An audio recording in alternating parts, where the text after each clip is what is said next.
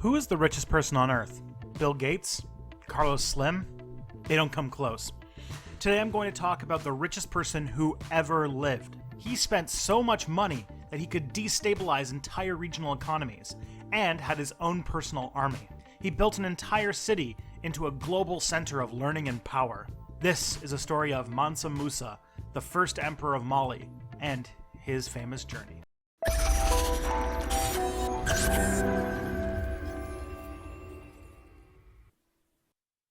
Adjusted for inflation, this West African emperor was worth about $400 billion.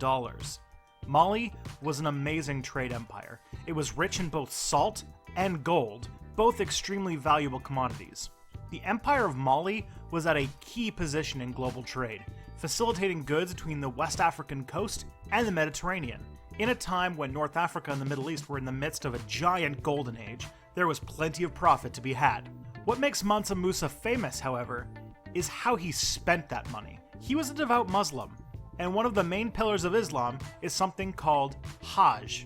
All Muslims who can afford to do so must go on a pilgrimage to Mecca, something that still occurs today. It is a huge source of revenue for Saudi Arabia, as if it needed more, and is apparently quite a thing to see. However, Musa lived in the 14th century, and getting from Mali to Mecca was quite a long journey.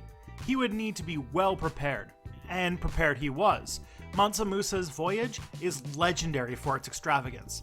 This is mostly based on scattered oral records, but legends speak of a 60,000 strong entourage to carry gold and supplies. He also had 500 slave heralds with gold staves. Carrying a vast wealth of gold was a giant army of horses and camels. He was one for traveling in style. Anytime his caravan stopped in a town, he'd shower them with gold. He'd buy extravagant souvenirs, donate large sums to the poor. It was said that wherever he stopped on Fridays, the holy day of the week for Muslims, he would order the building of a mosque. He flooded so much gold into these towns, he created destabilizing inflation. This legend spread around the Mediterranean, even making it to the shores of Europe. At the time, it was a rather war-torn and economically weak region, so stories of far-off wealthy emperors really took hold. So much so that he would feature on European maps in West Africa. I always like to tell this story.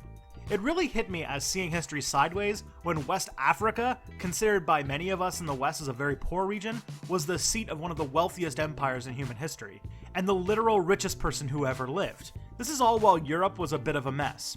It always seemed interesting to hear of the balance of power in the world on the eve of colonization. When did it all start to go pear-shaped? Lastly, before I go, I want to mention something coming up in this feed. I am getting close to 1,000 subscribers at a shocking speed, and I think the traditional gift for 1,000 subscribers is a Q&A video. So, from now until I get to 1,000 subscribers, either comment on a video or fill out the Google form in the video description, and I will put it in the pool of questions to answer.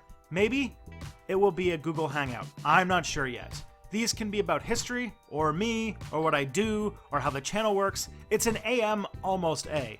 And I will see you in just a few days for a secret special episode of Step Back.